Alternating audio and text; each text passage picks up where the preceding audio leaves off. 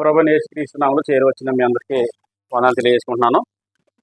అలాగే మన తండ్రి అయిన దేవుని యొద్ద నుండి మన ప్రభువైన యేసుక్రీస్తు యొక్క యొద్ద నుండి కృపా సమాధానంలో మీ అందరికీ కలుగును గాక. ఈ ప్రభు దినములో మరి ఇంతవరకు పాటల ద్వారా మనం దేవుణ్ణి స్తుతించున్నాం. అలాగే వాక్య పరిచయలో కూడా మనం వచ్చినా కనుక చెప్పబడుతున్న లేఖన భాగాలు అలా ఉన్నవాళ్ళు లేవని చెప్పేసి ఎవరికి వాళ్ళు మరి పరిశీలించుకోవాల్సిందిగా కోరుతున్నాం. ఈ యొక్క మాటలు జాగ్రత్తగా ఆలోచించవలసిందిగా మరి మనం చేస్తున్నాను అందరికీ. ఈరోజు మన యొక్క అంశం ఏంటంటే దేవుని యొక్క రక్షణ ప్రణాళిక. దేవుని యొక్క రక్షణ ప్రణాళిక అనే అంశం మీద ఈరోజు కొన్ని విషయాలు మనం మాట్లాడడానికి మనం ప్రయత్నం చేద్దాం. అయితే ఇక్కడ ఆత్మకి రక్షణ అవసరం ఉంది. ఎందుకంటే ఈ శరీరంలో ఆత్మ ఏమై ఉంది? మిళితమై ఉంది. అంటే ఈ శరీరంలో దేవుడు ఆత్మని తన స్వరూపంలో సృజించుకున్న ఆత్మని అనుగ్రహించి ఈ మట్టి శరీరం ఉన్న దానికి ఏం చేయడంట? జీవాన్ని అనుగ్రహించాడు. ఓకే, కాబట్టి ఇప్పుడు ఈ ఆత్మకి ఏమైపోయిందంటే ఈ శరీరం ద్వారా ఉన్న మనము ఈ శరీరం ద్వారా చేసిన పనులు బట్టి, క్రియలను బట్టి, పాపపు పనులు బట్టి మన శరీరంతో పాటు ఉన్న ఆత్మ కూడా ఏమైంది? పాపం అనేది కొనసాగింది అన్నమాట. ఆత్మ కూడా ఏమొచ్చింది? పాపం అనేది రావడం జరిగింది. అయితే దేవుని యొక్క రక్షణ ప్రణాళిక ఏంటంట? ఏ వ్యక్తి కూడా నశించిపోవటం ఆయనకి ఇష్టం లేదు వాస్తవానికి. ఓకే, ఆయన మనుషులందరూ రక్షణ పొంది అనే మాట మనం 1 తిమోతి 2:4 మనం చూస్తూ ఉంటాం అన్నమాట. ఆయన మనుషులందరూ రక్షణ పొందాలని దేవుడు కోరికంట. అది మనుషుల కోరిక కాదు, సర్వసృష్టికర్త అయిన దేవుని యొక్క కోరిక. ఏంటా కోరిక? ఆయన మనుషులు అన్నాడండి. ఆయన మనుషులు అంటున్నాడండి. ఎందుకంటే కీర్తనలో 100వ కీర్తనలో 2వ వచనంలో మనం చూస్తాం, మనము ఆయన కలగజేసిన వారం అంటాడు అన్నమాట. అంటే మనుషులందరూ కూడా దేవుని చేత కలగజేయబడిన వారే. కాబట్టి ఆ మనుషులు ఏమైపోయారంట? తప్పిపోయారు. అంటే పాపం అంటే అర్థం ఏంటంటే గురి తప్పిపోవటం. అంటే ఎల్లవలసిన గురి ఎద్దుకు వెళ్ళకోకుండా తొలగిపోవటం అన్నమాట.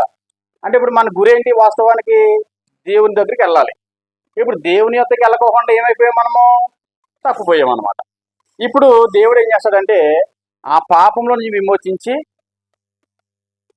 దేవునితో సమాధాన పరచుకోవడానికి దేవుడు ఆలోచన కలిగి ఉన్నాడు అన్నమాట.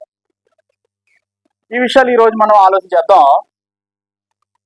మొదటి భాగంలో రక్షణ ప్రణాళికలో మొదటి భాగంలో మనం ఆలోచన చేద్దాం. చూడండి, 700 సంవత్సరాల క్రితం, అంటే యేసుక్రీస్తు వారికి ముందు 700 సంవత్సరాల క్రితము యెషయా అనే ప్రవక్త గారు ఉన్నారు. ఆ కాలానికి ప్రజలు ఎంత దారుణంగా తయారైపోయారంటే చాలా దుర్మార్గంగా ప్రవర్తించడం మొదలుపెట్టారండి. వాళ్ళందరూ ఎవరంటే ఇశ్రాయేలుని దేవుడు ఏర్పరచుకున్న జనాంగం. దేవుడు ఏర్పరచుకున్న జనాంగం ఏమైపోయారంటే తాము ఇష్టానుసారంగా జీవించటము, తమకు నచ్చినట్టుగా బ్రతకటము, అలాగే తిరుగుబాటు చేయటము, అలాగే వాళ్ళు రక్తము చిందించటము, అదేవిధంగా అన్యాయం చేయటము, అదేవిధంగా అక్రమం చేయటము, అలా అనేక విధాలుగా వాళ్ళు ఏమైపోయారంట? తప్పిపోయారంటండి. అయితే తప్పిపోయిన వారు ఏం చేస్తున్నారు? దేవునికి మొరపెడుతున్నారు. తప్పిపోయిన వారు ఏం చేస్తున్నారు? దేవునికి మొరపెడుతున్నారు. మరి దేవుడు వినాలి కదా, దేవుడు వినాలి. అయితే మరి దేవుడు వినటానికి అవకాశం ఉందా? దేవుడు వినటానికి అవకాశం ఉందా అంటే అవకాశం కోల్పోయారు. ఎవరు కోల్పోయారు? మనుషులు కోల్పోయారు. కారణం ఏంటంటే చెప్తున్నాడు, చదువుదాం. యెషయా గ్రంథము 59:1-2 వచనాలు మనం చదువుదామండి. చూడండి, ఈ విషయం జాగ్రత్తగా గమనించండి. రక్షింప నేరక యుండినట్లు యెహోవా హస్తము కురచ కాలేదు, విననేరక యుండినట్లు ఆయన చెవులు మందమ కాలేదు. మీ దోషములు మీకును మీ దేవునికి అడ్డముగా వచ్చును, మీ పాపములు ఆయన ముఖమును మీకు మరుగుపరచును అనే విషయం రాశారండి. గమనించండి, ఇక్కడ 4 విషయాలు మనకు కనిపిస్తున్నాయి. ఎన్ని విషయాలు కనిపిస్తున్నాయి? 4 విషయాలు కనిపిస్తున్నాయి. ఒకటి, దేవుని యొక్క హస్తము కొరస కాలేదు. ఓకేనా? ఇప్పుడు హస్తము కొరస కాలేదంటే అర్థం ఏంటి? చిన్నది కాదా? కాదు కాదు, దాంట్లో భావం ఉంది. ఇప్పుడు యెషయా గారు ఈ మాట చెప్తున్నారంటే మీరు ఆలోచించేయండి. యెషయా గారు ఆ మాట చెప్పడానికి కారణం ఏంటంటే ప్రజల యొక్క ఆలోచన విధానం అది. ఎందుకు? దేవుడు మమ్మల్ని కాపాడతలేదు అంటే దేవుడు రక్షింప చేసే శక్తి ఆయనకి లేదు అంటే మా మరవ వినట్లేదు. ఆయన పిల్లలుగా మేము ఉన్నాం కదా, మమ్మల్ని ఏర్పరచుకున్నాడు కదా, మేము దావీదు మన అబ్రహాం సంతానం కదా మేము, మరి వాగ్దానం మర్చిపోయాడా దేవుడు అని చెప్పేసి ప్రజల యొక్క ఉద్దేశము, ప్రజల యొక్క భావం అన్నమాట అది. అయితే ఇక్కడ మీరు 1వ వచనం మీరు గమనిస్తే కనుక రక్షింప నెరకేండినట్లు యెహోవా హస్తము కొరత కాలేదు అంటే అర్థం ఏంటంటే, హస్తము కొరస కాలేదు అంటే అర్థం ఏంటంటే ఆయన యొక్క శక్తి, ఆయన యొక్క బలము, ఆయన యొక్క బాహుపు, ఇది ఆయన శక్తి పోలేదు. అంటే కాపాడటానికి దేవుడు ఎలా ఉన్నాడు? సిద్ధంగా ఉన్నాడు. దేవుడు కాబట్టి సిద్ధంగా ఉన్నాడు. ఆయన శక్తి తగ్గలేదు, ఆయన యొక్క బలం తగ్గలేదు, ఆయన యొక్క బాహుపు తగ్గలేదు. తగ్గిందా? కానీ అక్కడ ఏమన్నాడంట? మీ దోషములు మీకును మీ దేవునికి అడ్డంగా వచ్చును అన్నాడు అనమాట. అంటే దేవుడు రక్షించడానికి సిద్ధంగా ఉన్నాడు. ఆ రక్షణ పొందుకోవడానికి కారణం ఏంటి? వారు చేసిన దోషములు కనిపిస్తున్నాయి అన్నమాట. చూడండి, మీరు గమనించినట్టయితే యెహోవా హస్తము కొరస కాలేదంటే ఆయన యొక్క సామర్థ్యం తగ్గలేదని అర్థం అండి. లేదా ఆయన శక్తి కోల్పోలేదు, ఆయన బలాన్ని కోల్పోలేదు అనే విషయాన్ని ఒక విషయాన్ని మనం ఆలోచించేద్దాం. నిర్గమకాండము 6వ అధ్యాయం. నిర్గమకాండము 6వ అధ్యాయము. ఇది చెర నుండి విడిపించిన సందర్భం. అంటే ఐగుప్తు చెర నుండి విడిపించిన సందర్భం మనం చూస్తామండి. ఇది ఐగుప్తు నుండి చెరలోంచి విడిపించిన సందర్భము యెహోవా దేవుడు మోషేతో తెలియజేస్తున్న మాట ఏంటంటే చదువుతామండి. 5, 6 వచనాలు. తర్వాత మీకు అర్థం కావాలంటే 6వ అధ్యాయం ఫస్ట్ నుంచి మొత్తం చదివితే మీకు అక్కడ సందర్భం ఏంటో అర్థమవుతుంది. ఇక్కడ చూడండి ఏమన్నాడు 5వ వచనంలో. చూడండి, ఐగుప్తు అనేది చాలా బలమైన రాజ్యం, చాలా బలమైన దేశం. ఆ దేశంలో 430 సంవత్సరాలు అబ్రహాము సంతానమైన ఇశ్రాయేలులు బానిసత్వంలో ఉన్నారు. అవునా కదా? ఇప్పుడు ఆ ఐగుప్తు దేశము చాలా బలమైన దేశము.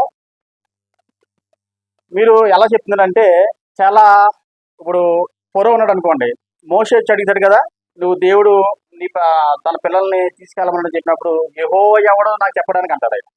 ఎవరో ఫరో అంటే అతను ఎంత కరుడు కట్టిన మనిషి మనం ఆలోచించవచ్చు. అంటే దేవునితోటి అతని యొక్క వైరము కొనసాగుతున్నట్టుగా, శత్రుత్వం కలుగున్నట్టుగా మనం చూస్తాం. అయినప్పుడు కూడా దేవుని ముందు నిలవలేదు. మన కీర్తన గ్రంథంలో మనం చూస్తాం కదా, వాళ్ళ సౌదులోకి వెళ్ళిన తర్వాత మొత్తం ఫరో రాజుతో సహా వాళ్ళు మునిగిపోయారని చెప్పేసి కీర్తనలో మనం చూస్తాం.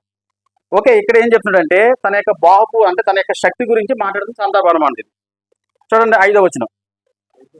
ఐగుప్తులు దాస్యమునకు లోపర్చి ఉన్న ఇశ్రాయేలీయుల మూలుగును విని నా నిబంధనను జ్ఞాపకం చేసుకుని ఉన్నాను. కాబట్టి నీవు ఇశ్రాయేలుతో ఇలాగూ చెప్పుము, నేనే యెహోవాను, నేను ఐగుప్తులు మోయించు బరువుల కింద నుండి మిమ్మను వెలుపలికి రప్పించి వారి దాసత్వములో నుండి మిమ్మను విడిపించిన నా బాహపు చాపి. నా బాహపు అంటే నా సామర్థ్యము, నా శక్తి, ఇంకా నా బలము అని ఏం చేయడు. చాపడం అంటే చేయి చాపడం అంటే చేయి చాపడం కాదు.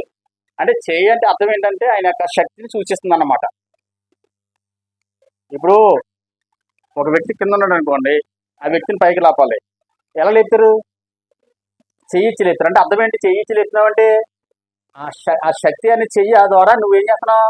ఒక వ్యక్తిని పైకి లాగలుగుతావు అనమాట.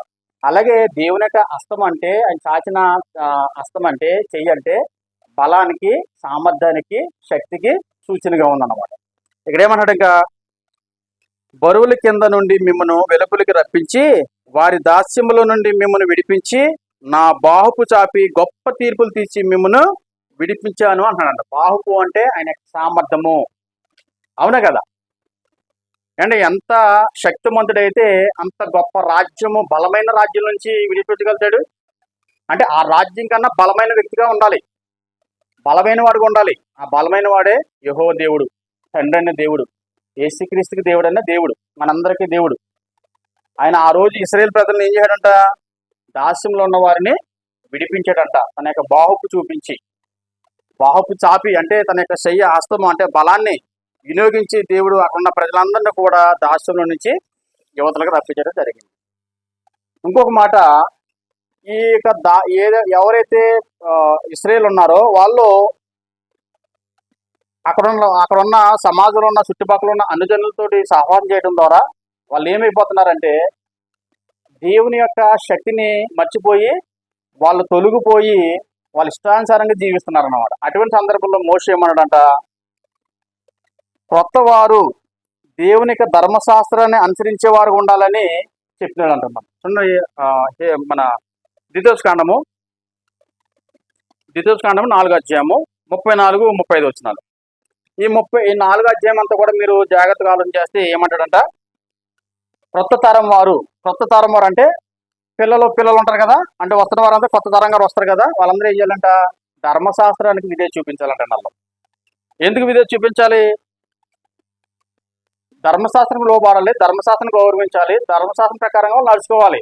ఎవరో కొత్త తరం వారు అనమాట. వారికి తెలియజేసిన మాటలు అంటే దేవుని యొక్క బలాన్ని, దేవుని యొక్క శక్తిని గురించి వారికి తెలపబడుతూ ఉండాలి, వారు తెలుసుకుంటూ ఉండాలి.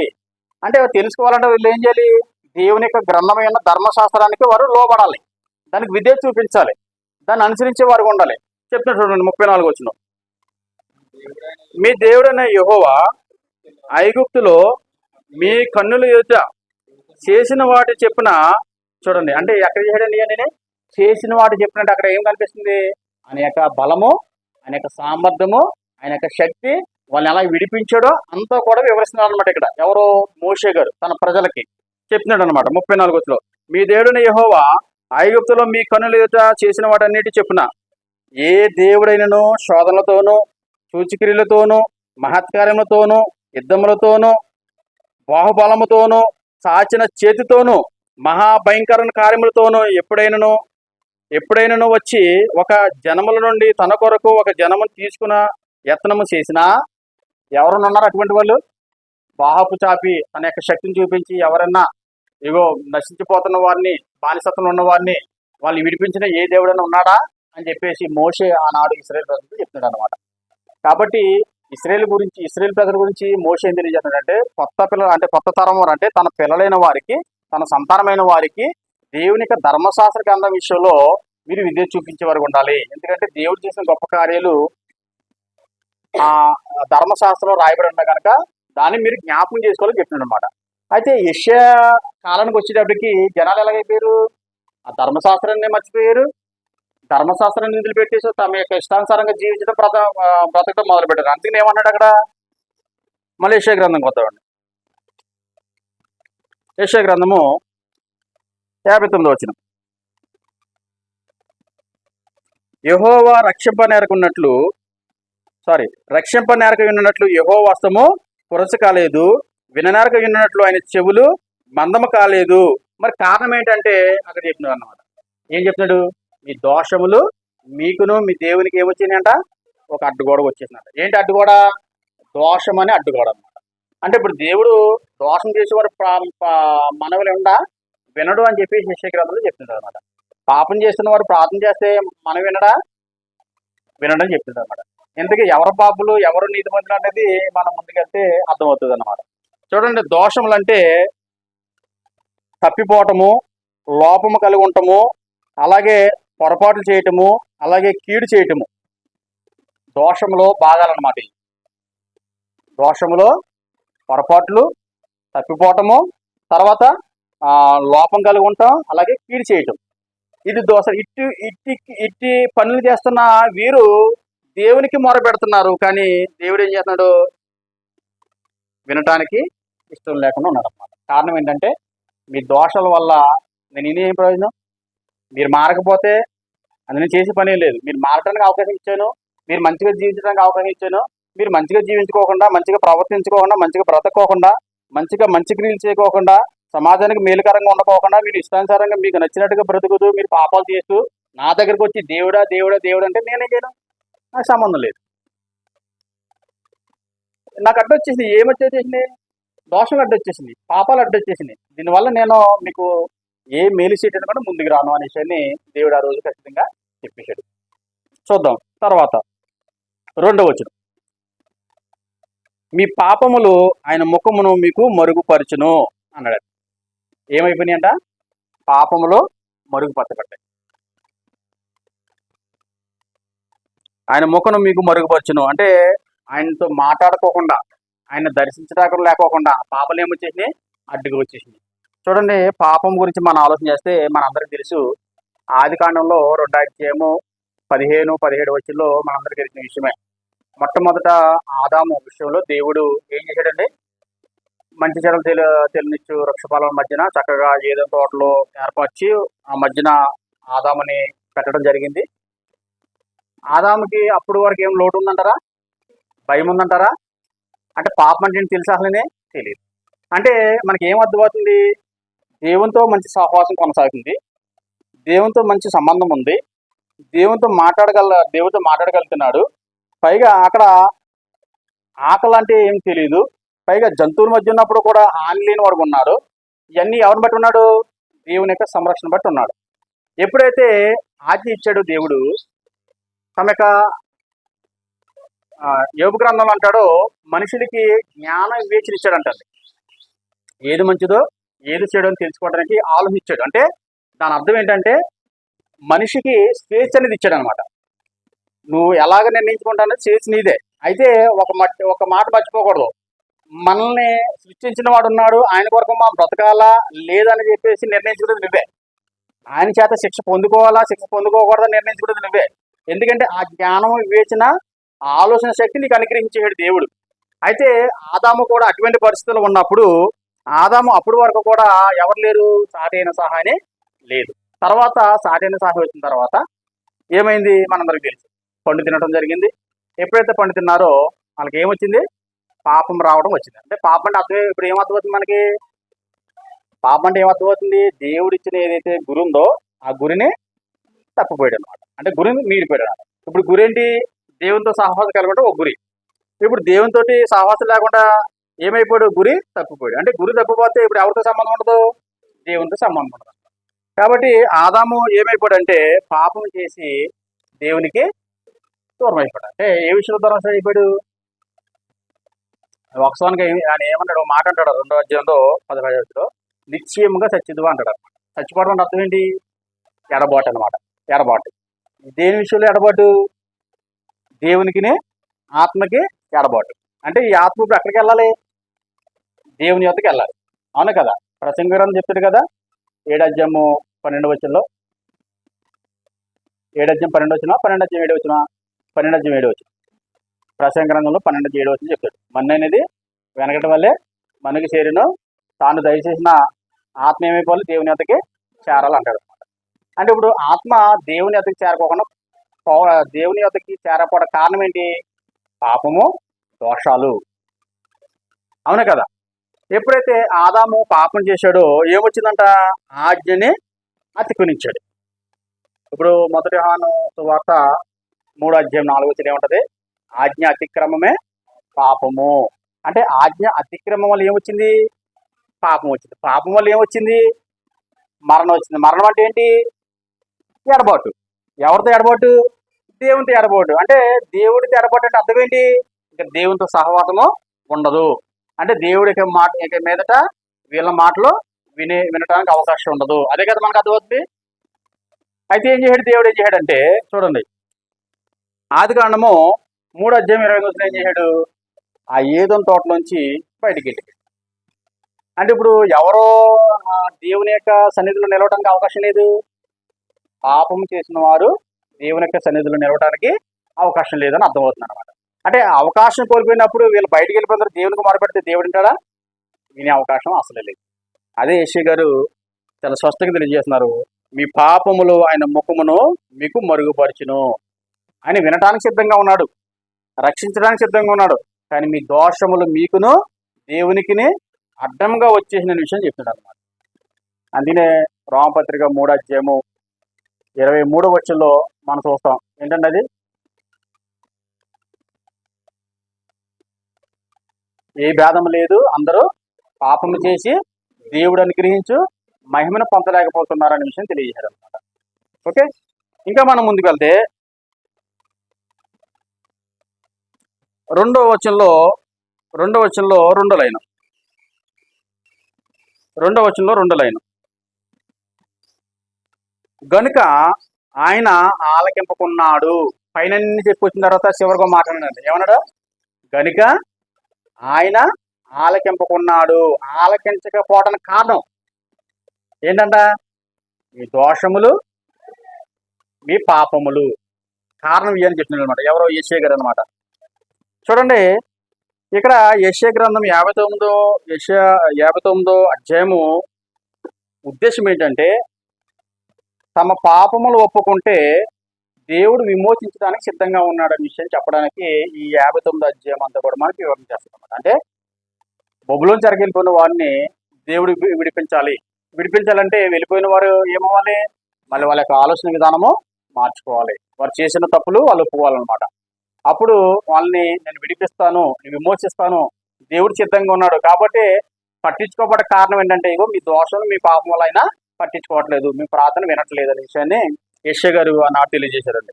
ఇంకా మనం చూద్దాం.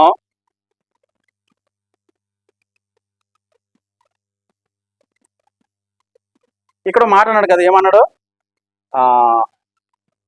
ఆయన ఆలకింపకున్నాడు. యెషయా గ్రంథం 1:15 చూడండి, అసలు ఎందుకు ఆలకింపకున్నాడో చూద్దాం. యెషయా గ్రంథము 1:15 మీరు మీ చేతులు చాచినప్పుడు మిమ్మల్ని చూడక నా కన్నులు కప్పుకుందును. మీరు బహుగా ప్రార్థన చేసినను నేను వినను. ఎందుకంట? మీ చేతులు రక్తముతో నిండి ఉన్నవి. ఇప్పుడు అలా ఎటువంటి పరిస్థితులు ఉన్నారు? పాపంతో నిండి ఉన్నారంటే చంపే విషయంలో, రక్తం చిందించే విషయంలో ఏం చేస్తున్నారంటే పాపాత్మ అయిపోతున్నారు అనమాట, పాపంలో పడిపోతున్నారు అనమాట. కాబట్టి దేవుడు ఏమంటే, మీరు ఎంత మొరపెట్టండి, మీరు చేసే పనికి మాలిన పనులు చేస్తూ మీరు దేవుడికి మొరపెడితే నేను వినే ప్రసక్తే లేదు. వింటాడా దేవుడు? విండు. యోహాను సువార్త 9వ అధ్యాయం. ఇంకా మనకి ఇంకా క్లారిటీ వస్తుంది చూడండి. ఎవరో మాట విందంట. యోహాను సువార్త 9వ అధ్యాయం 37వ వచనంలో, యోహాను సువార్త 9వ అధ్యాయము 31వ వచనం. ఇది గుడ్డివాడిని బాగు చేసిన సందర్భం. అక్కడ పరిచర్లు, సద్దిగాలు, శాస్త్రులు ఉన్నారు. వారి మధ్యన బాగుపడిన వ్యక్తి అంటున్నాడు. ఏమన్నట్టుండే 31వ వచనం చూడండి. దేవుడు పాపుల మనవి ఆలకింపడని ఎరుగుదుము. వింటాడా? అంటే మనం యోహాను కాలంలోకి వచ్చేటికి, అంటే అపోస్తుల యొక్క కాలంలోకి వచ్చేటికి కూడా ఎలా ఉంది పరిస్థితి? పాపులు మనవి దేవుడు వినడు, ఆలకింపడు అనే విషయం తెలియజేయడు అనమాట. మరి మీకా గ్రంథంలో కూడా మనం చూస్తే, మీకా గ్రంథము 3:4 మీకా గ్రంథము 3:4 చూసారా? ఇక్కడ పాలకుల యొక్క నేరాల గురించి మాట్లాడుతూ మీకా ప్రవక్త అధిపతులను ఉద్దేశించి చెప్పబడుతున్న సందర్భాలు అనమాట. మీరు 1-4 వచనాల వరకు చదివితే అధిపతుల గురించి ప్రస్తావన చేస్తున్నాడు అనమాట. మనం అన్ని చదవం కానీ 4వ వచనం చదువుతాం. మీకా గ్రంథము 3:4 వచనం. వారు దుర్మార్గతను అనుసరించి నడుచుకుని ఉన్నారు కనుక వారు యెహోవాకు మొరపెట్టినను ఆయన వారి మనవి ఆలకింపక ఆ కాలమందు వారికి కనబడకుండా తన్ను మరుగుపడు. చూసారా ఎలా ఉన్నారంట? దుర్మార్గతను అనుసరించి ప్రజలు అలా ఉన్నారు. అప్పుడు ఎంత భయంకరమైన స్థితిలో ఉన్నారు. అయినా కానీ వాళ్ళు ఏం చేస్తున్నారు? వాళ్ళకి బాధ వచ్చినప్పుడు దేవునికి మొరపెడుతున్నారు. కానీ వీళ్ళు ఏం చేస్తున్నారు? తమ తప్పులు ఒప్పుకోవట్లేదు, దోషాలు చేస్తున్నారు, పాపంలో ఉన్నారు, దుర్మార్గం జీవిస్తున్నారు, తిరుగుబాటు చేసేవారు ఉన్నారా లేదా? అయినా కానీ దేవునికి మొరపెడుతున్నారు. మరి అటువంటి పనులు చేసిన దేవునికి మొరపెడితే దేవుడు వింటాడా? వినే అవకాశం లేదని చెప్పేసి ఈ యొక్క మీకా గ్రంథంలో కూడా తెలియజేశాడండి. సరే, ఇప్పుడు పాపం చేస్తున్న వారు ప్రార్థన ఆలకించాడు. మరి ఎవరు ప్రార్థన ఆలకిస్తాడు? ఈరోజు మన యొక్క అంశం ఏంటి? దేవుని యొక్క రక్షణ ప్రణాళిక గురించి మనం మాట్లాడుకుంటున్నాం. ఓకేనా? వాస్తవానికి అసలే రక్షణ ఎవరికి అవసరం, ఎందుకు అవసరం అనే దాని గురించి మనం ఆలోచన చేస్తున్నాం. చదువుదాం. అసలే దేవుడు ఎవరు మాట వింటాడు? చూడండి, కీర్తనలు 34:15 చదవండి. ఆయన దృష్టి నీతిమంతుల మీద ఉన్నది అంటాడు. కీర్తనలు 34:15 వచనంలో ఆయన దృష్టి నీతిమంతుల మీద ఉన్నది. పేతురు రాసిన మొదటి పత్రిక 3:12 వచనంలో ప్రభు కనులు నీతిమంతుల మీద ఉన్నవి అంటాడు. చూస్తున్నారా? గమనించండి, ఎవరు ప్రార్థన ఆలకిస్తాడు? ఇప్పుడు వరకు ఎవరు ప్రార్థన ఆలకించలేదని చూసాం. పాపులు, దోషాలు చేసేవారు, దుర్మార్గం ప్రవర్తించేవారు, తిరుగుబడి చేసేవారు వింటారని చెప్పాడు అనమాట. మరి ఎవరి గురించి ఎదుగుతాడు దేవుడు? నీతిమంతుల గురించి ఎదుగుతాడు. అంటే ఆయన దృష్టి ఎక్కడ ఉందంటే ఎవరి మీద ఉందంట? నీతిమంతుల మీద ఉందంట. తర్వాత ఆయన కన్నులు ఎక్కడ ఉన్నాయంట? నీతిమంతుల మీద చెప్పేసి పేతురు రాసిన పత్రిక చెప్పాడు. ఓకే, ఇప్పుడు మరి వాస్తవానికి నీతిమంతుడు ఎలాగవుతాడు? అర్థమవుతుందా? నీతిమంతుడు ఎలాగవుతాడు చూద్దాం. ద్వితోపదేశకాండము 6:25 వచనం. మీరు విషయాలు జాగ్రత్తగా గమనించాలి. ద్వితోపదేశకాండము 6:25 వచనం. మన దేవుడైన యెహోవా మనకు ఆజ్ఞాపించినట్లు ఆయన సన్నిధిని ఈ సమస్తమైన ఆజ్ఞలను అనుసరించి మనము నడుచుకున్నప్పుడు మనకేం కలుగుతుందంట? నీతి కలుగుతుందని ఆనాడు ఇశ్రాయేలు ప్రజలు చెప్పడం జరిగింది. ఎప్పుడు కలుగుతుంది నీతి? సమస్తమైన ఆజ్ఞలు అనుసరించి మనం నడుచుకున్నప్పుడు అనే విషయం తెలియజేశాడు. ఓకేనా? ఎవరిలో? ఇశ్రాయేలు ప్రజలు. ఓకే, ఇప్పుడు ధర్మశాస్త్రం ప్రకారంగా ఒక ఆజ్ఞల ప్రకారంగా నడుచుకుంటే వాళ్ళు నీతిమంతులుగా తీర్చబడుతున్నారా? తీర్చబడుతున్నారు. మరి అటు అవకాశము ప్రతి ఒక్కరు కూడా ఆజ్ఞలు అనుసరించి నడుచుకున్నప్పుడు నీతిమంతులుగా తీర్చబడుతున్నప్పుడు మరి ఆజ్ఞలను నెరవేర్చున్నారా? లేదు. చూడండి, రోమపత్రిక పౌలు గారు విషయం గురించి చాలా చక్కగా తెలియజేశారు. రోమపత్రిక 3:20 వచనం.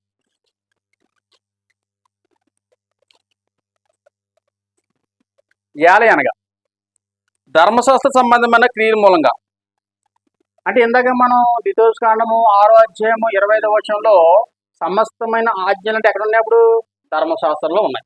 అవునా కదా? ఇప్పుడు ధర్మశాస్త్రం ప్రకారంగా మనం నడుచుకుంటే మనకి నీతి కలుగుతుంది అని చెప్పేసి ఆనాడు చెప్పబడింది. మరి ధర్మశాస్త్రం ప్రకారంగా నడుచుకున్నప్పుడు కూడా వాళ్ళకి ఏం నీతి కలుగుతుందంటే కలగట్లేదు. కారణం ఏంటి అంటే వాళ్ళు పూర్తిగా దాన్ని నెరవేర్చలేకపోతున్నారు అని విషయాన్ని అర్థమవుతుంది. ఇక్కడ చెప్తుండే అనమాట. ఏమంటాడంటే ఇయాలి అనగా ధర్మశాస్త్ర సంబంధమైన క్రియల మూలంగా ఏ మనుషుడును ఏం కాలేదంట? ఆయన దృష్టికి నీతిమంతుడని తీర్చబడడు. ధర్మశాస్త్రం వలన పాపం మనకి ఎటుదో తెలియబడుతున్నది అని తెలియచాడు. అంటే ధర్మశాస్త్ర ప్రకారం కూడా అలాగ ప్రవర్తించినప్పుడు కూడా నీతిమంతులు తీర్చబడతారంటే అవకాశం లేదు. ఎందుకు? ఆ క్రియల మూలంగా చేయడం అంటే చాలా కష్టమైన పని. అంటే చేయడానికి అవకాశం ఉంది. మీరు ధర్మశాస్త్ర ప్రకారం జీవిస్తే మీరు నీతిమంతులుగా ఉంటారని చెప్పేసి మనం గలతీ పత్రికలో కూడా చూస్తాం మనం. ఓకే, ఇక్కడ ఏమన్నాడంటే సహోదరులు ఇందాక చదివించిన వాక్య భాగాన్ని బట్టి అదే చెప్పినాడు అనమాట. ఇప్పుడు మనం చూద్దాం. నీతిమంతుడు లేడు, ఒక్కడు లేడు. ఇప్పుడు దేవుని యొక్క రక్షణ ప్రణాళికలో భాగం ఏంటి?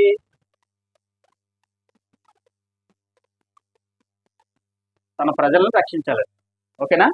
ఇప్పుడు తన ప్రజలు మనం వినాలంటే వాళ్ళు ఏమై ఉండాలి? తన ప్రజలు ప్రార్థన చేసినప్పుడు దేవుడు ఆలకించాలంటే తన ప్రజలు ఏమై ఉండాలి? నీతిమంతులై ఉండాలి. బైబిల్ ఏం చెప్పింది? నీతిమంతుడు లేడు అంటే చాలా మనం ఏమనుకుంటే చాలా మంది నేను చేసిన మంచి పనులు బట్టి, నేను చేసిన మంచి క్రియలను బట్టి, నేను చేసిన అన్నదానాన్ని బట్టి, నేను పంచిపెడుతున్న వస్త్రదానాన్ని బట్టి నేనేమనుకుంటాను?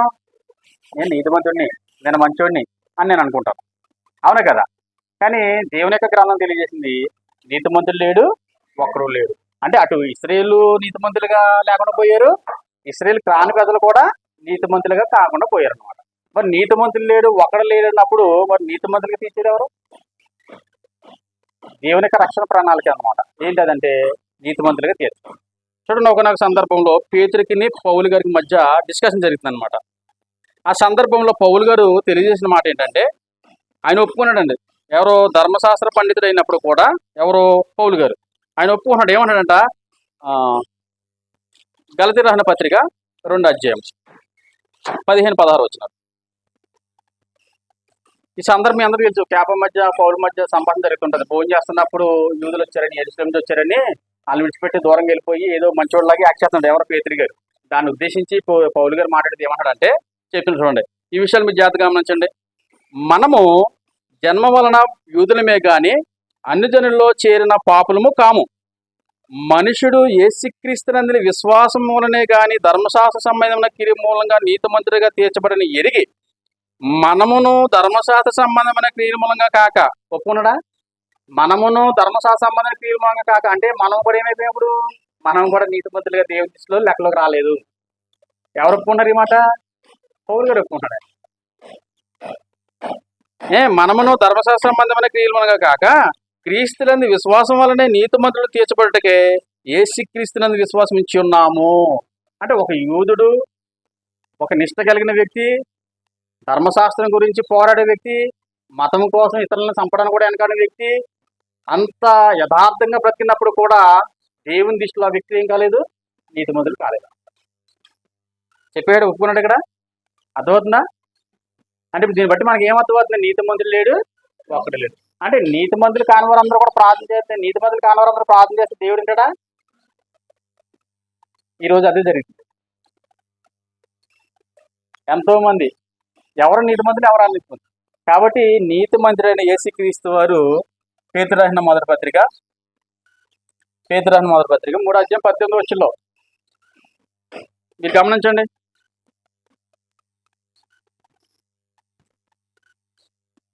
పేతురు రాసిన మొదటి పత్రిక 3:18 చూడండి. యాలి అనగా మనలను దేవుని యొద్ద తెచ్చుటకు. గమనించండి ఈ మాట. యాలి అనగా మనలను దేవుని యొద్దకు తెచ్చుటకు. అంటే దేవుని యొద్దకి రాకుండా ఉన్నవారు ఉన్నారా? ఉన్నారు. ఎవరాళ్ళు? దోషం చేస్తున్నవారు, పాపం చేస్తున్నవారు, తిరిగిపోటు చేస్తున్నవారు, అలాగే ఇంకా ఇందాక మన చదువు కదా ఏంటది, దుర్మార్గత కలిగిన వారు. ఇప్పుడు ఎవరి దగ్గరికి రాలేకపోతున్నారు? దేవుని దగ్గరికి రాలేకపోతున్నారు. ఇప్పుడు వీళ్ళందరూ ఎటువంటి పరిస్థితులు ఉన్నారు? అనీతి మంతులుగా ఉన్నారు అన్నమాట. అంటే అనీతి మంతులు దేవుని దగ్గరికి రాలేదా? రాలేదు. మరి దేవుని దగ్గరికి రావాలంటే ఏమవ్వాలలో? నీతి మంతులుగా ఉండాలి. నీతి మంతులుగా ఉండాలంటే ధర్మశాస్త్రం ప్రకారం నీతి మంతులు తీసుకోబడుతున్నారా? తీసుకోలేకపోతున్నారు. మరి నీ క్రియలను బట్టి నీతి మంతులు తీసుకోబడుతున్నారా? నీతి మంతులు తీసుకోలేకపోతున్నారు. అంటే అబ్రహాం లాంటి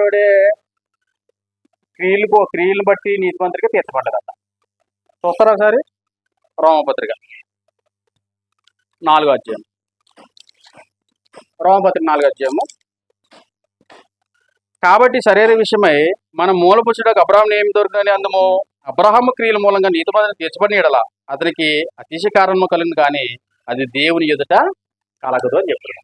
అంటే ఆఖరి కూడా అబ్రహాము కూడా తన క్రియల మూలంగా నీతిమంతుడిగా ఎంచబడటానికి కూడా అవకాశం కోల్పోయాడు.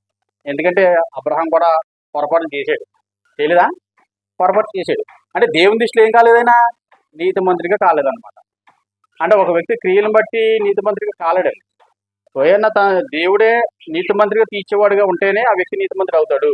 అంటే సాక్ష్యం ఎవరి సాక్ష్యం ఉండాలి? మనుషుల సాక్ష్యం కాదు, దేవుని సాక్ష్యం ఉండాలి. అవునా కదా?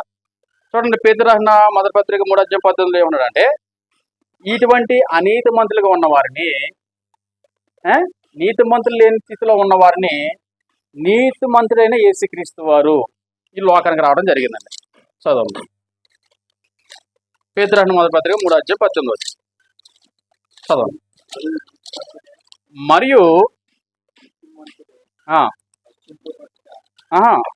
మొదటి పేతురు 3:18 చూడండి. యాలి అనగా మనలను దేవుని యొద్దకు తెచ్చుటకు అనీతి మంతుల కొరకు నీతిమంతుడైన క్రీస్తు శరీర విషయంలో చంపబడి ఆత్మ విషయంలో బ్రతికింపబడి పాపముల విషయంలో ఒక్కసారి శ్రమపడును. ఇంతకీ ప్రభునేసి క్రీస్తు వారు ఎవరి నిమిత్తము ఆయన సిలువబడ్డాడు? అనీతిమంతులు. అనీతిమంతులు అంటే ఎవరు? అనీతిమంతులు అంటే నీతి లేని జీవితం జీవించడం. అంటే దానికి ఇంకా చెప్పడానికి ఒక మంచి అనేది ఏముండదు అన్నమాట. ఏముండదు? ఒక మంచి అభిప్రాయం అనేది ఏముండదు అనమాట. అనీతిమంతులు తన ఇష్టానుసారంగా బ్రతుకుతారనమాట.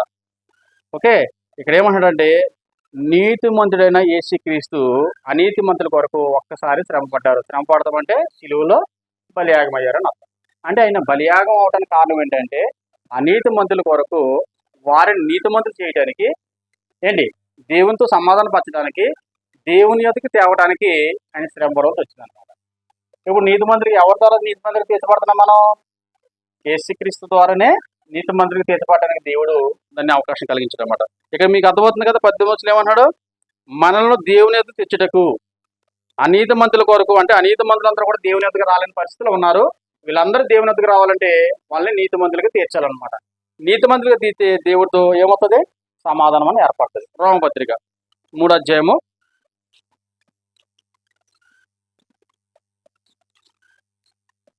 సహోదరులు చదివించిన వాక్యభాగం చదువుకుని మనం ముగించుకుందాం. రోమపత్రిక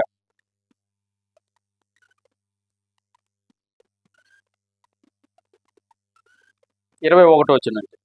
21 ఇట్లుండగా గమనించండి, ఇక్కడ 2 నీతులు కనిపిస్తున్నాయండి.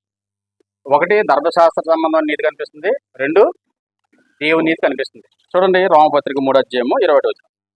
ఇట్లుండగా ధర్మశాస్త్రంకి వేరుగా దేవుని నీతి బయలుపరచబడుచున్నది. ధర్మశాస్త్రంకి వేరుగా అంటే ఇప్పుడు ధర్మశాస్త్ర సంబంధం నీతి కదా, ఇది దేవునికి సంబంధించిన నీతి కార్యక్రమం అన్నమాట. ధర్మశాస్త్ర సంబంధమైన ధర్మశాస్త్రానికి వేరుగా దేవుని నీతి బయలుపరచబడుచున్నది. దానికి ధర్మశాస్త్రమును ప్రవక్తలను సాక్ష్యం ఇచ్చుతున్నారు. అది యేసుక్రీస్తునందు విశ్వాసం మూలనది నమ్మువారందరికీ కలుగు దేవుని నీతి అయి ఉన్నది. అంటే నమ్మువారందరికీ దేవుని నీతి అంటే ఆ నీతి ఎలాగొస్తుందో కింద తెలియజేస్తాడు అనమాట. 24 వచనం. కాబట్టి నమ్మువారు ఆయన కృపచేతనే క్రీస్తు యేసునందు విమోచనము ద్వారా ఉచితముగా నీతిమంతులని తీర్చబడుచున్నారు. ఇప్పుడు ప్రభువైన యేసుక్రీస్తు వారు కలవరి శిలువలో తన యొక్క బలియాగం చేయడానికి కారణం ఏంటంటే అనీతిమంతులైన వారిని నీతిమంతులు తీర్చడానికి దేవుడు ఏం చేశాడు? తను బలిగా అర్పించాడు అనమాట. ఇప్పుడు ఎవరైతే క్రీస్తునందు విశ్వాసం ఉంచి, ఎవరైతే క్రీస్తుకి విధేయత చూపించి, ఎవరైతే క్రీస్తు యొక్క నామంలోనికి బాప్తిసం పొందుకుంటారో వాళ్ళు ఏమవుతున్నారంట? నీతిమంతులుగా తీర్చబడుతున్నారంట. అంటే ఇప్పుడు నువ్వు అంటే క్రీస్తులోనికి రాని వారు ఇప్పుడు ఎవరు అంటే బైబిల్ ప్రకారంగా, బయటి విషయాల గురించి మనం మనకు సంబంధం లేదు, కానీ మనం అనుసరిస్తున్న విశ్వాస గ్రంథమైన బైబిల్ ప్రకారంగా క్రీస్తులో లేని వారు ఎవరంట? అనీతిమంతులుగా ఉన్నారని చెప్పినాడు అనమాట. ఇప్పుడు అనీతిమంతుల ప్రార్థన దేవుడు ఆలకించాడంటే ఆలకించడాన్ని బైబిల్ తేటగా చెప్పేది. ఏమన్నాడు? ఇక విమోచన ద్వారా ఉచితముగా నీతిమంతులను తీర్చబడుచున్నారు. పూర్వము చేయబడిన పాపములను దేవుడు తన ఒరిమి వలన ఉపేక్షించినందున ఆయన తన నీతిని కనపరచవలనని, ఎవరి నీతి కనపరచాలని? దేవునికి నీతి కనపరచవలనని క్రీస్తు యేసు రక్తమందులి విశ్వాసము ద్వారా, అంటే క్రీస్తు ప్రభు కలవరి శిలువలో తన యొక్క రక్తాన్ని చిందించున్నారని నీకు విశ్వాసం ఉండాలి. అర్థమవుతుందా? ఏ విశ్వాసం ఉండాలి? కలవరి శిలువలో అనీతిమంతులను నీతిమంతులుగా చేయడానికి నా పక్షాన్ని శ్రమ పడ్డారు, అంటే సిలువ వేయబడ్డారు, అంటే రక్తం చిందించారు, అంటే నన్ను కడగటానికి తన దేవుని యొక్క ఏకైక కుమారుడు యేసుక్రీస్తు వారు పవిత్రుడు, నిర్దోషి, నిష్కలంకన వాడు, పాపుల్లో చేరక ప్రత్యేకంగా ఉన్నవాడు ఎవరు? ప్రభువైన యేసుక్రీస్తు వారు. అటువంటి ఆయన పాపులైన మన నిమిత్తము, పాపుల కోసము, అనీతిమంతుల కోసము కలవరి శిలువలో ఆయన త్యాగం చేయబోతున్నారు. ఇక్కడ ఏమంటాడంటే క్రీస్తు చేసిన రక్తమందులి విశ్వాసము ద్వారా ఆయనను కరుణాధారముగా బయలుపరచును. దేవుడు ఇప్పుడు కాలమందు తన నీతిని కనపరచు నిమిత్తము తాను నీతిమంతుడును యేసునందు విశ్వాసం కలవారని. గమనించారా? యేసునందు విశ్వాసం కలవారని. నీ విశ్వాసం ఎవరి మీద ఉండాలి? యేసు మీద ఉండాలన్నమాట. అంటే యేసునందు విశ్వాసం అంటే దేవుడు ఏం చేస్తున్నాడు? నీతిమంతులకు తీర్చడానికి ఇష్టపడుతున్నాడు అనమాట. అప్పుడు ఎవరైతే నీతిమంతులుగా తీర్చబడతారో అప్పుడు నువ్వు మొరపెడితే ఏం చేస్తాడు? ఆయన దృష్టి ఎక్కడ ఉందంట? నీతిమంతుల మీద ఉందంట. ఆయన కన్నులు ఎక్కడ ఉన్నాయంట? నీతిమంతుల మీద ఉందంట. అవునే కదా? ఇప్పుడు ఈ కన్ను దృష్టి అంతా కూడా ఎవరి మీద ఉంటుంది? ఇప్పుడు క్రీస్తు ద్వారా విమోచింపబడిన వారి యొక్క మీద దేవుని యొక్క దృష్టి ఉంటుందని చెప్తున్నాడు అనమాట. అర్థమవుతుందా? నీతిమంతులుగా ఉండుటకు ఆయన ఇలాగూ చేసిన విషయం తెలియజేశారు. చూడండి, దేవుని యొక్క రక్షణ ప్రణాళిక ఉద్దేశం ఏంటంటే, పాపం వల్ల దేవునికి దూరం అయిపోతున్నాడు. దోషముల వల్ల, అపరాధం వల్ల, పాపం వల్ల దేవునికి మొరపెట్టినప్పుడు కూడా మొర ఆలకించట్లేదు. పైగా వాళ్ళు చేసిన పొరపాట్లను బట్టి నీతి అనే కార్యక్రమం లేకుండా అనీతిమంతులుగా ఉన్నారు. వాళ్ళు అనీతిమంతులుగా ఉన్న వారి విషయంలో దేవుని యొక్క కనుదృష్టి వారి మీద లేదు. కాబట్టి నీతిమంతులుగా ఉన్న వారి మీద కనుదృష్టి ఉంది కనుక ఇప్పుడు నీతిమంతులు మనకి ఈ వాక్య ప్రకారంగా ఏం చెప్పాడు? ఈ వాక్య ప్రకారంగా నీతిమంతులు లేడు, ఒక్కడు లేడు, అందరూ కూడా దారి తప్పిపోయారు అన్నాడు అనమాట. ఇప్పుడు దారి తప్పిపోయిన అందరూ కూడా దేవుని ఎదుగు నడిపించడానికి ఎవరు వచ్చారు? క్రీస్తు ప్రభువులు వచ్చారు. క్రీస్తు ప్రభు వచ్చి ఏం చేశారు? పాపులుగా ఉన్నవారిని, అనీతిమంతులుగా ఉన్నవారిని దేవుని ఎద్దుకు తెచ్చుటకు ఏం చేయడంటే ఆయన కలవరి సిలువలో ఒక్కసారి శ్రమ పడ్డారు, అంటే బలియాగం. కాబట్టి బలియాగనారు అంటే రక్తం నందులు విశ్వాసించిన వారిని దేవుడు ఏం చేశాడు? నీతిమంతులకు తీర్చబడ్డాడు. ఇప్పుడు నీతిమంతులకు తీర్చబడిన వారు ప్రార్థన చేస్తే ఏం చేస్తాడు దేవుడు? ఆలకిస్తాడు. అది ఇప్పుడు సమాజంలో ఎంతమంది నీతిమంతులు ఉన్నారు, ఎంతమంది అనీతిమంతులు ఉన్నారు ఆలోచించారు. అంటే రక్షింపబడిన వారు నీతిమంతుడు అంటే మనుషుల దృష్టిలో నీతిమంతుడు కాము. ఇప్పుడు గోపి ఉన్నాడు అనుకోండి, నువ్వు నన్ను నీతిమంతుడు అంటావు, ఎప్పుడు అంటాలి అంటాడా? ఎప్పుడుగా నాన్న నువ్వు నీతిమంతుడు అన్నా నీతిమంతుడు అంటావు. కానీ దేవుడి దృష్టిలో నేను ఎవరిని? నీతిమంతుడు. అంటే క్రీస్తునందు రక్తము ద్వారా విమోచింపబడిన వారు, కడగబడిన వారు, బాప్తిసం పొందుకున్న వారు ఏమవుతున్నారు? రక్షింపబడుతున్నారు. కాబట్టి దేవుని యొక్క రక్షణ ప్రణాళికలు ఏంటంటే, అలాగే పాపం ఉన్న వారిని, అనీతిమంతులు ఉన్న వారిని దేవుని యొక్క రక్షణ ప్రణాళిక ప్రకారంగా క్రీస్తు ద్వారా వాళ్ళని ఏం చేయడు? నీతిమంతులకు తీర్చడం అంటే అనేక ప్రణాళిక. కాబట్టి ఎందరైతే క్రీస్తు యొద్దకు వస్తారో, క్రీస్తులకు బాప్తిసం తీసుకుంటారో వాళ్ళందరూ కూడా ఏమవుతున్నారు? నీతిమంతులుగా తీర్చబడతారు. అంటే నీతిమంతులుగా తీర్చబడుతుంటే అర్థం ఏంటి? రక్షణలోకి వచ్చినట్టు వాళ్ళు. అంటే రక్షణలోకి వచ్చినట్టు అర్థం ఏంటి? దేవునితో సంబంధము ఉన్నట్టు అని అర్థమవుతుంది అనమాట. అంతే కదా? కాబట్టి దేవుని యొక్క రక్షణ ప్రణాళిక ఏంటంట మనం ఇంతవరకు నేర్చుకున్నాం. చెప్పబడుతున్న విషయాలు అలా ఉన్నవో లేదని చెప్పేసి పరిశీలించుకోవాల్సిందిగా కోరుతున్నాను. దేవుని చిత్తమైతే మరొక ప్రభు దినంలో మరికొన్ని విషయాలు నేర్చుకోవడం మనం ప్రయత్నం చేద్దాం. ఇంతవరకు శ్రద్ధ భక్తులతో విన్న మీ అందరికీ ప్రభునాలు వందలు తెలియజేసుకుంటున్నాను. నేను ఆ మాటలు ముగిస్తూ ఈ ముందున్న కార్యక్రమం సహోదరు నడిపించవలసిందిగా సహోదరికి అప్పచెప్తున్నాను.